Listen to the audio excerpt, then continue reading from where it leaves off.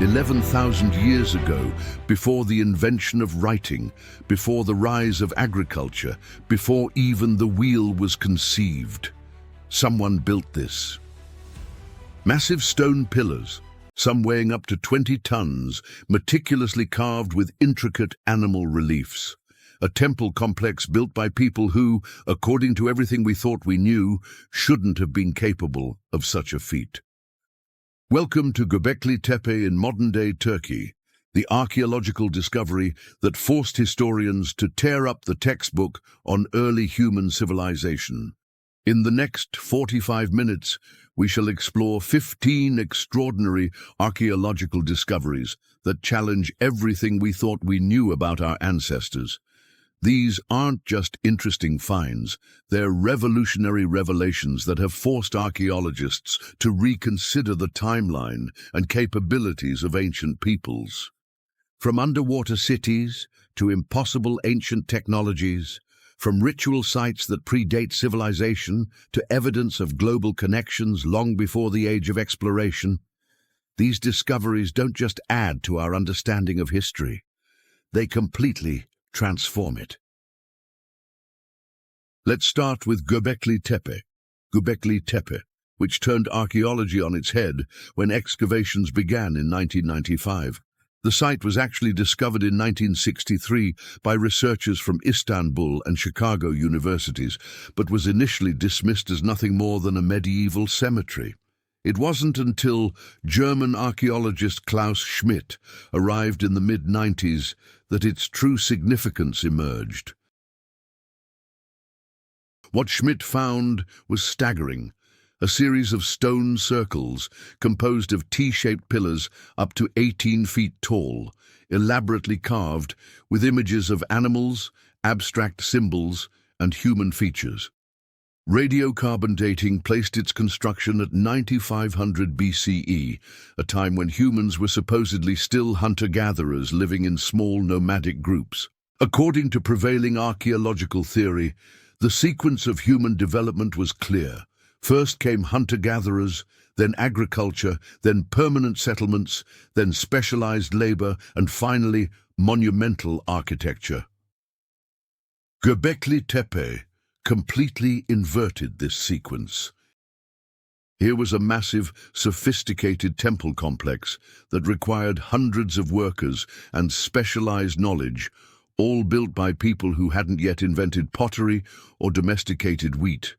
Even more puzzling, after being used for over 1,000 years, the entire complex was deliberately buried under thousands of tons of soil. This site demonstrates that hunter-gatherers were much more socially and technologically complex than we ever imagined. It suggests that the impetus to build monuments may have actually driven the development of agriculture, not the other way around. The question remains, what compelled these prehistoric people to create such an extraordinary place? And why, after centuries of use, did they choose to entomb it? As we continue to excavate Göbekli Tepe with less than 10% currently unearthed, we're left wondering what other assumptions about our ancient past might we need to reconsider. In the highlands of West Java, Indonesia, what was long thought to be merely a natural hill with some stone arrangements on top has become the center of archaeological controversy. Gunung Padang, which means mountain of light in the local language, was known as a megalithic site dating to around 2,500 years ago. But in 2010, geologist Dr. Danny Hillman Natawijaja made an extraordinary claim.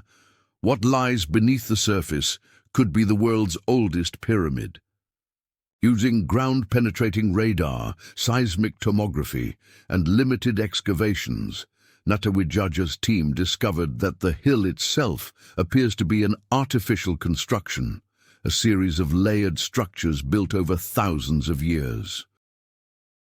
The most controversial aspect, carbon dating from the deepest layers, has returned dates as old as 25,000 years, a time when advanced construction should have been impossible according to conventional archaeology. Many archaeologists remain deeply skeptical. Dr. Bill Farley from the University of Cambridge argues The dating methods and interpretations are questionable. We need more rigorous, peer-reviewed evidence before accepting such an extraordinary revision to human prehistory. What's undisputed is that something artificial exists beneath the surface. Multiple chambers and structures have been detected inside the hill, along with evidence of sophisticated cement binding the stones together. If the oldest layers of Gunung Padang truly date to the end of the last ice age, it would predate the Great Pyramid of Giza by nearly 20,000 years. This would fundamentally change our understanding of prehistoric human capabilities. As excavations continue amidst scientific debate, Gunung Padang raises a profound question. How many other ancient sites have we misidentified, seeing only what's on the surface while missing what lies beneath? Imagine discovering a hole in your basement wall, and that hole leads to an entire city beneath your feet. That's essentially what happened in 1963 in the Cappadocia region of Turkey, when a homeowner renovating his property broke through to something extraordinary. What he found was an entrance to Derinkuyu, an underground city extending more than 250 feet below the surface, with at least 18 distinct levels. Derinkuyu wasn't just a simple hideout. It was an engineering marvel capable of housing up to 20,000 people along with their livestock and food stores. The complex included thousands of living quarters, religious spaces, schools, wine and oil presses, wells and storage rooms, a complete self-contained community hidden beneath the earth. Perhaps most impressive were its security features. Massive stone doors, weighing up to a ton and operable only from the inside, could seal off each level. Ventilation shafts provided air throughout the complex while being small enough to prevent invasion. Even the wells were designed with security in mind, with access points not connected to the surface to prevent poisoning by enemies.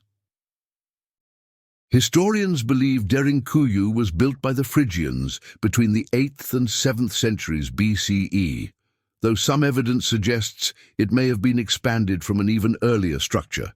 It likely served as protection against various invaders throughout history, from Persian armies to Arab raiders during the Byzantine era. What's particularly striking about Derinkuyu is that it's just one of hundreds of underground structures in the region. In fact, recent discoveries suggest many of these subterranean complexes may be connected by tunnels stretching for miles. These underground cities demonstrate incredibly sophisticated engineering and social organization. The ability to excavate such vast spaces, solve complex ventilation problems, and create sustainable living environments underground speaks to capabilities we didn't previously attribute to ancient peoples. Standing in these silent chambers today, one can't help but wonder what it was like when they were filled with life. Families cooking meals, children playing, religious ceremonies being conducted, all while danger passed overhead, unaware of the thriving community beneath their feet.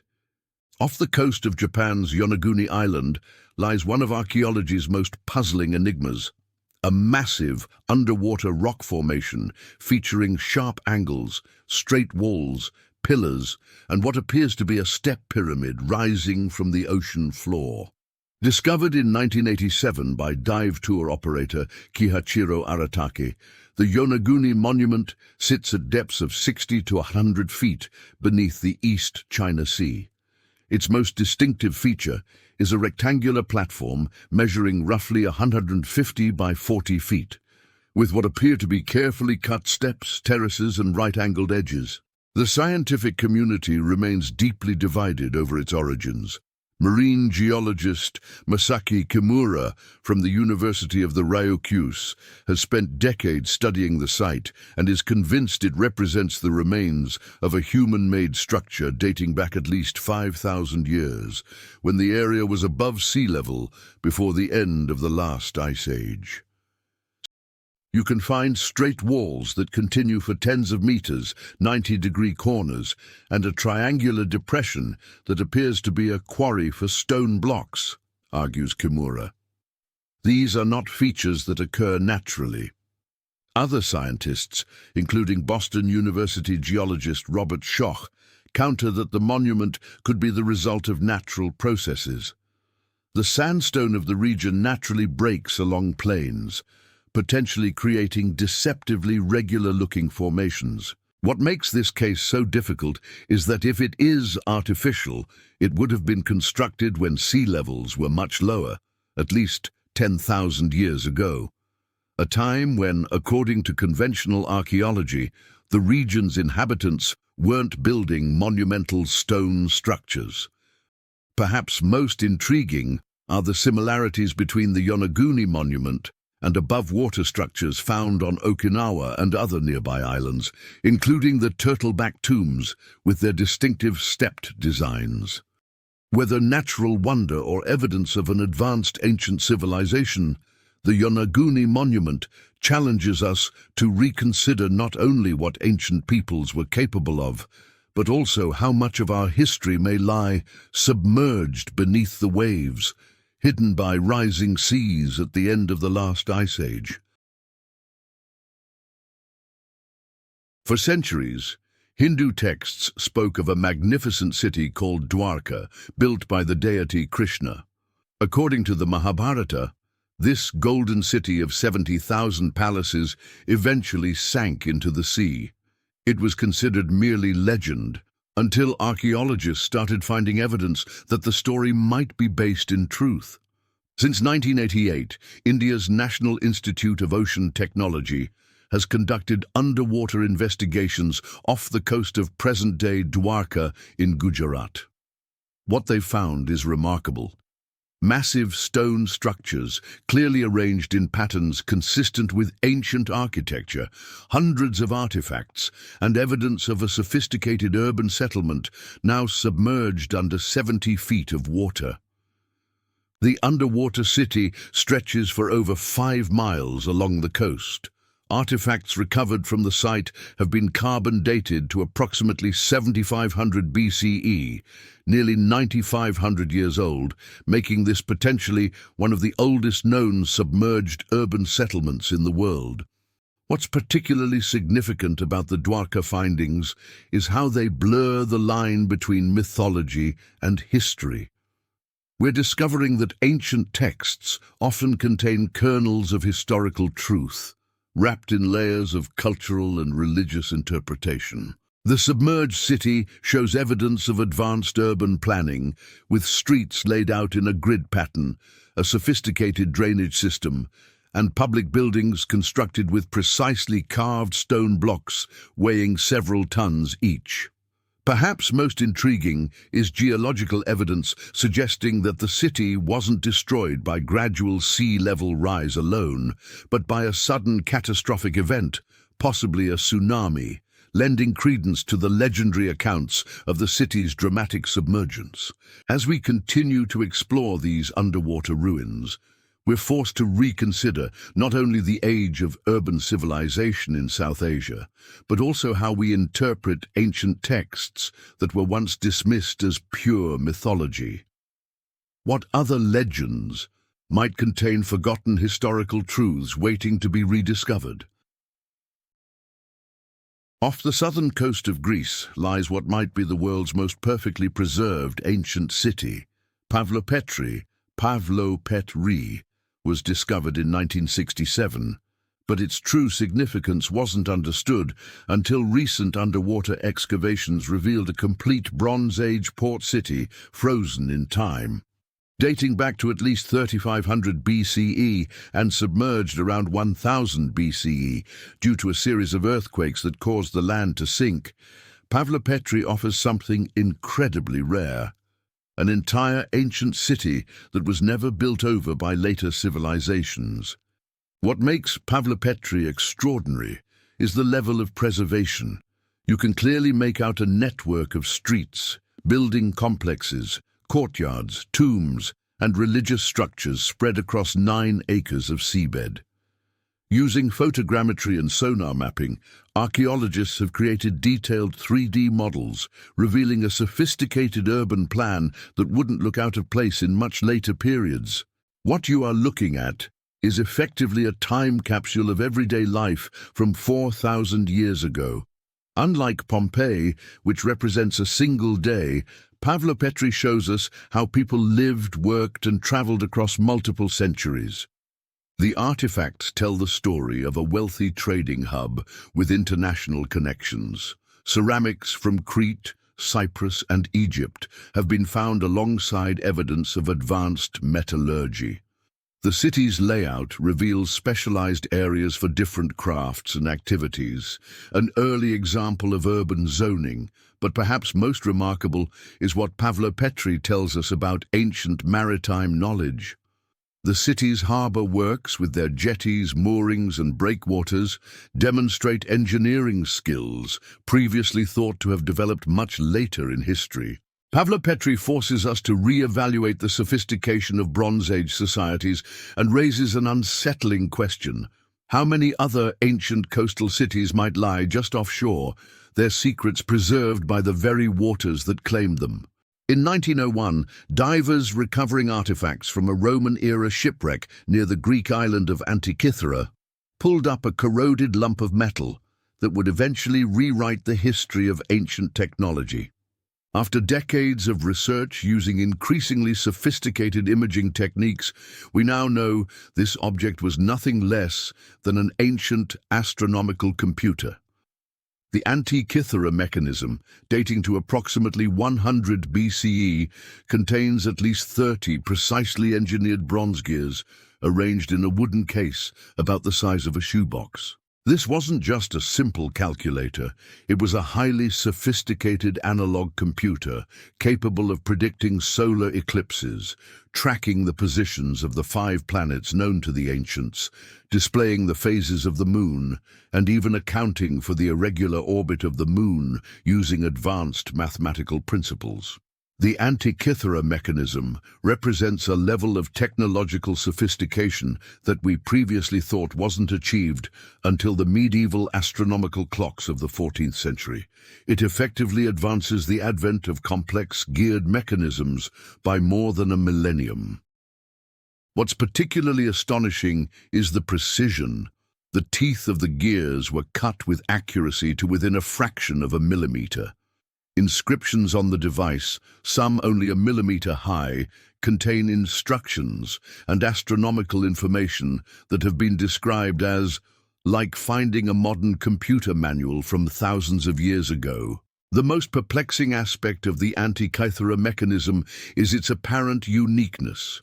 Nothing of comparable complexity has been discovered from the ancient world. This raises a troubling question for historians of technology. Was this a one-off invention, or does it represent a tradition of complex mechanical engineering that has been almost entirely lost to history? As researcher Dr. Tony Freeth puts it, either way, the implications are profound. Either we dramatically underestimated what ancient Greeks were capable of, or we've lost an entire chapter of technological development. Neither option fits comfortably with our previous understanding. In 1938, while excavating ruins near Baghdad, German archaeologist Wilhelm König discovered something that defied conventional understanding of ancient technology. A 5-inch tall clay jar containing a copper cylinder and an iron rod, components that bear a striking resemblance to a modern battery. Dating to the Parthian period, approximately 250 BCE to 224 CE, the artifact, now known as the Baghdad Battery, has generated intense debate. When filled with an acidic liquid like vinegar or lemon juice, such an arrangement can produce about 1.5 to 2 volts of electricity. But what would ancient peoples have used such a device for? Some researchers suggest it might have been used for electroplating, applying thin layers of gold or silver to other metals. This could explain the exceptional quality of some ancient jewelry that appears to have gold plating too thin to have been applied by conventional ancient techniques. Other theories propose medical applications, religious experiences, or even preservation of scrolls through electrostatic methods. Dr. Arne Eggebrecht of the Roma and Pelizaeus Museum reportedly demonstrated that reconstructed Baghdad batteries could indeed be used for electroplating. However, his experiments have been difficult to verify independently. Adding credibility to the battery hypothesis is the fact that multiple examples have been found in the region, suggesting this wasn't a one-off curiosity, but a technology in actual use. Whether or not these were actually batteries in the modern sense, they clearly represent sophisticated knowledge of metallic properties that we didn't previously attribute to these ancient cultures. Skeptics argue that the jars might have been simple storage vessels for scrolls or other valuable items. The absence of wires or electroplated artifacts directly associated with these batteries leaves the question open. What makes the Baghdad battery so fascinating is less about whether ancient peoples had batteries as we understand them, and more about how it challenges our assumptions regarding the limits of ancient scientific knowledge. Even if these weren't batteries in the modern sense, they represent experimental approaches to metallic properties that hint at a more scientifically curious ancient world than we've previously acknowledged. Sometimes the most revolutionary discoveries aren't flashy or mysterious. They're hiding in plain sight. Roman concrete is exactly that kind of discovery, an ancient technology that in some ways surpasses our modern capabilities, demonstrated by structures that have endured for 2 millennia. Modern concrete typically begins degrading after 50–100 years, particularly in seawater. Yet Roman concrete marine structures built over 2,000 years ago are not only still standing, they've actually grown stronger over time. For centuries, the exact formula for this remarkable material was lost. Only recently have scientists uncovered its secrets. Dr. Marie Jackson from the University of Utah has analyzed samples from ancient Roman structures and made a stunning discovery. The Romans used a mixture of lime and volcanic ash called pozzolanic material that, when exposed to seawater, triggers a chemical reaction creating a luminous tobermorite and philipsite, mineral crystals that actually strengthen the concrete over time. Even more remarkable, recent research has revealed that the Romans incorporated hot mixing techniques, adding quicklime to water and aggregate while still reactive, creating a self-healing property in the concrete. When cracks form, unreacted lime particles dissolve and recrystallize, automatically filling in damages. The Romans created a rock-like concrete that thrives in open chemical exchange with seawater. It's the exact opposite of our modern approach, which tries to isolate concrete from the environment. We're only now recognizing that their method was superior for marine applications. This isn't just of historical interest. Engineers today are working to recreate and improve upon Roman techniques to develop more sustainable and durable building materials for the future, particularly for coastal infrastructure threatened by rising seas and extreme weather. The story of Roman concrete challenges our notion of progress as linear advancement. Sometimes ancient knowledge contains solutions we're only now rediscovering, leaving us to wonder what other lost technologies might have valuable applications for our modern challenges. Deep in the Nubian desert of southern Egypt lies a circle of stones that predates Stonehenge by at least 1,000 years. Nabta Playa doesn't look impressive at first glance, just some weathered stones arranged in patterns across the sand. But this unassuming site has forced archaeologists to completely reconsider the timeline of astronomical knowledge. Today, Nabta Playa is one of the most inhospitable places on Earth. But between 11,000 and 5,000 years ago, this region experienced regular monsoon rains, creating a savanna environment with seasonal lakes that attracted nomadic peoples. Around 7,000 years ago, approximately 5,000 BCE, someone began arranging large stones in precise alignments.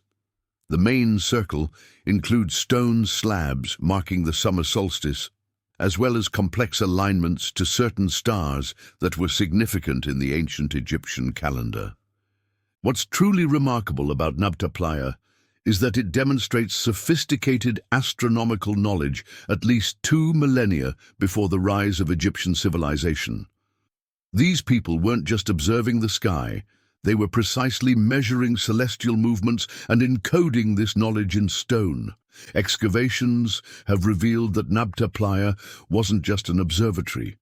It was a ceremonial center with calendar circles, megalithic alignments, and elaborate burial chambers for cattle, suggesting complex religious practices centered around astronomy and seasonal cycles. Most intriguing is what's been called the Stone Calendar Circle, featuring underground sculptures and a remarkable calendar rock, a stone table astronomically aligned and precisely carved.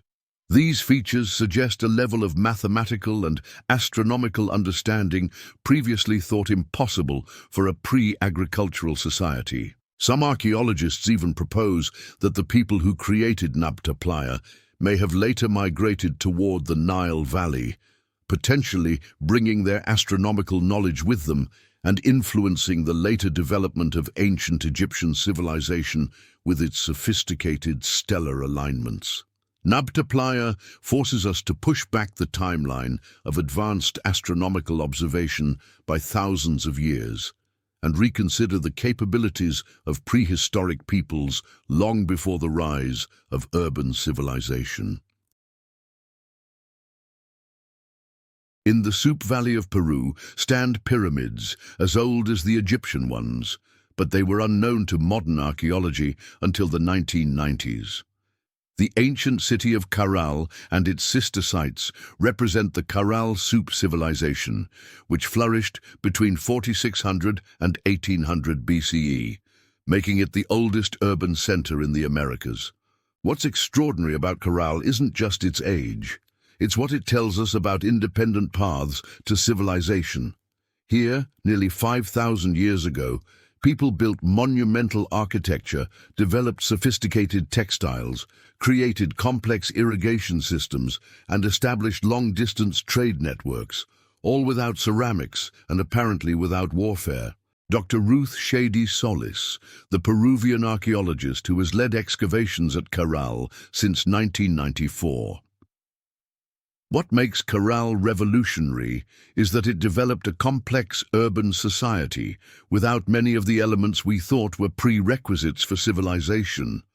There are no defensive walls, no weapons, no signs of warfare or violent conquest. Instead, the archaeological evidence suggests a society organized around religion, astronomy, and commerce. Among the most intriguing discoveries are musical instruments, 32 flutes made from condor and pelican bones, and what appear to be early versions of quipu, the knotted string recording systems later used by the Inca for accounting and possibly written communication. The most distinctive architectural features are sunken circular plazas surrounded by platforms and temples, spaces clearly designed for communal gatherings and rituals.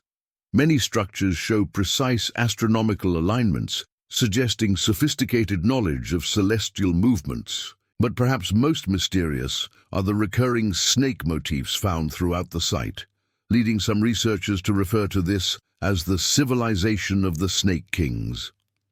The serpent appears on friezes, ceremonial objects, and architectural elements, suggesting it held profound religious significance. The discovery of Caral Supe has forced a complete rewriting of the timeline of civilization in the Americas, pushing complex society back by more than a millennium.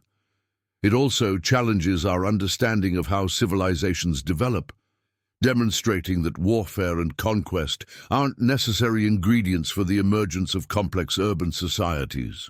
As archaeologist Michael Mosley puts it, Corral makes us question our most basic assumptions about the necessary preconditions for civilization.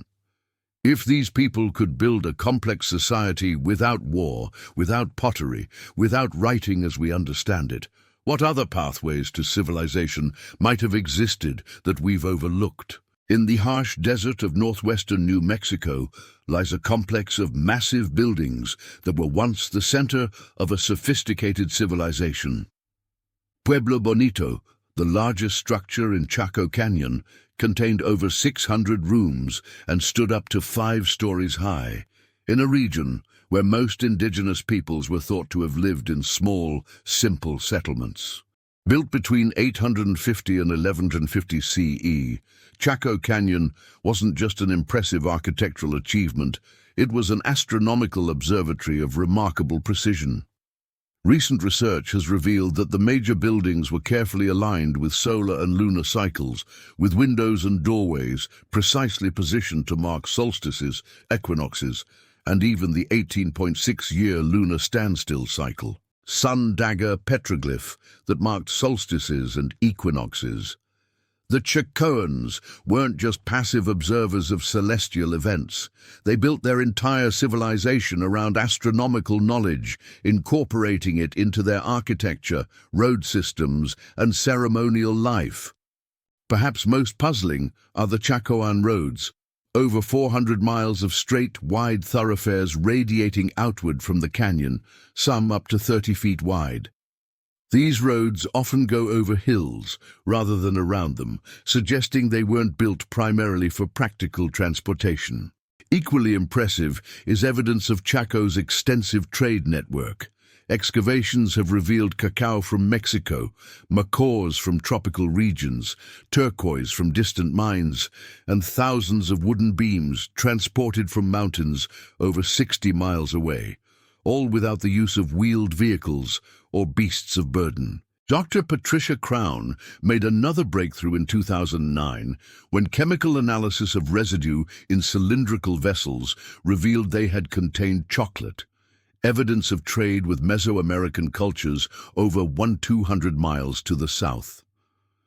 What makes Chaco Canyon particularly significant is how it challenges the narrative of isolated cultural development in North America. The astronomical knowledge, architectural complexity, and extensive trade networks suggest connections and intellectual achievements previously unrecognized in ancient North American cultures. As Chacoan descendant and archaeologist Teresa Pascual explains, Chaco wasn't an anomaly. It was the center of a sophisticated regional system that integrated practical knowledge, spiritual beliefs, and astronomical observation into a cohesive worldview. We're only now beginning to understand its complexity. In 1992, a routine toxicological examination of Egyptian mummies at the Munich Museum produced results so controversial that many researchers initially refused to accept them. The hair, skin, and bones of these ancient Egyptians contained unmistakable traces of substance that, according to conventional history, should have been completely unknown in Africa and Europe until after Columbus reached the Americas in 1492. The findings weren't from just one mummy, which might have been dismissed as contamination.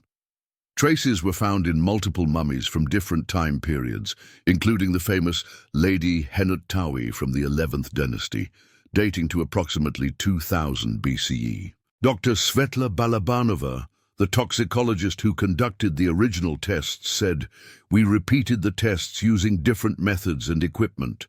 The results were always the same. These substances were definitely present in the tissue." This presented a seemingly impossible scenario. These substance comes exclusively from coca leaves grown in South America, while nicotine comes primarily from tobacco, also indigenous to the Americas. How could these substances appear in Egyptian bodies over 3,000 years before the first documented contact between the old and new worlds? Many archaeologists rejected the findings outright, suggesting contamination or misidentification of the substances. Others proposed that perhaps related plants containing similar alkaloids might have once grown in Africa or Asia and later gone extinct. But the most controversial explanation is also the simplest. Perhaps there was contact between Egypt and the Americas thousands of years earlier than conventionally believed. Supporting this possibility are discoveries like the Thor-Heyerdahl expeditions, which demonstrated that transoceanic journeys were possible with ancient technology, and botanical studies showing that several plants appear to have mysteriously crossed between the hemispheres before Columbus. We've been too quick to dismiss the possibility of pre-Columbian transoceanic contact. The evidence doesn't suggest massive migration or colonization, but rather occasional contact through trade networks that would have been sufficient to transport exotic goods as luxury items. The mummies remain controversial, a puzzle piece that doesn't fit neatly into the established picture of ancient global connections. But they remind us that history is rarely as isolated or linear as our textbooks might suggest. In 1958, a farmer working near Lake Titicaca in Bolivia uncovered a large stone vessel, unlike anything typically found in South American archaeology. The bowl, now known as the Fuente Magna, would have been merely an interesting artifact, except for one extraordinary feature. It was covered in script that experts have identified as Sumerian cuneiform and Proto-Sumerian, writing systems from ancient Mesopotamia over 8,000 miles away.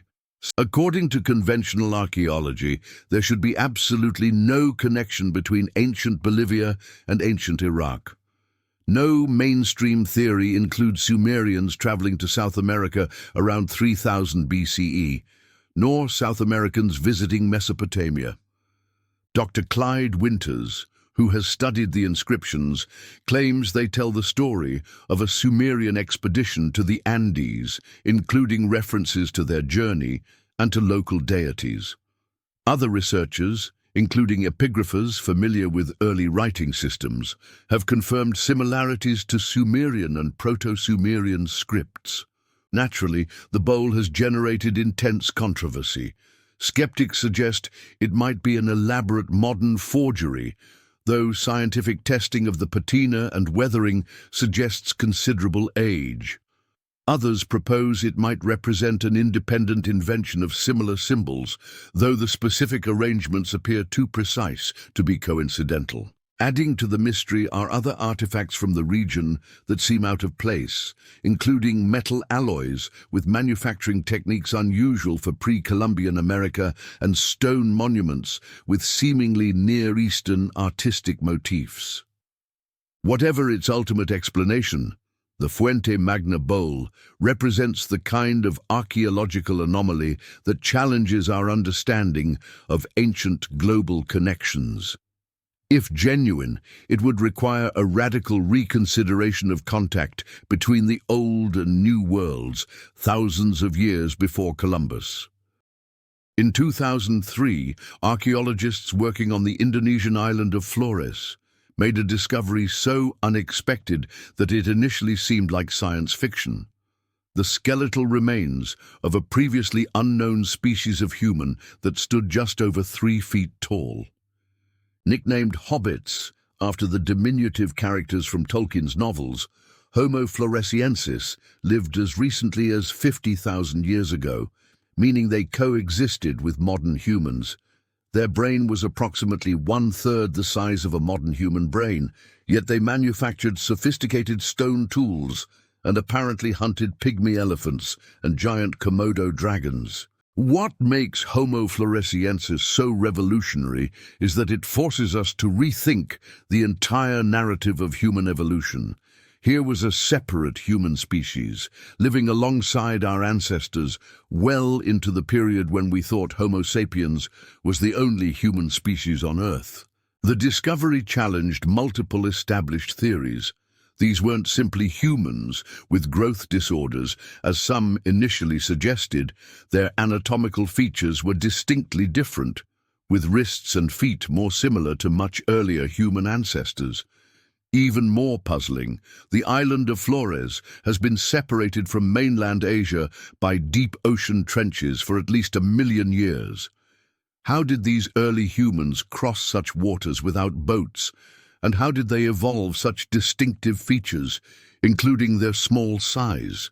Perhaps most intriguing is how the discovery might relate to widespread folklore in the region. For centuries, local people of Flores have told stories of the Ebu-Gogo, small, hairy people who lived in caves and occasionally stole food from human villages.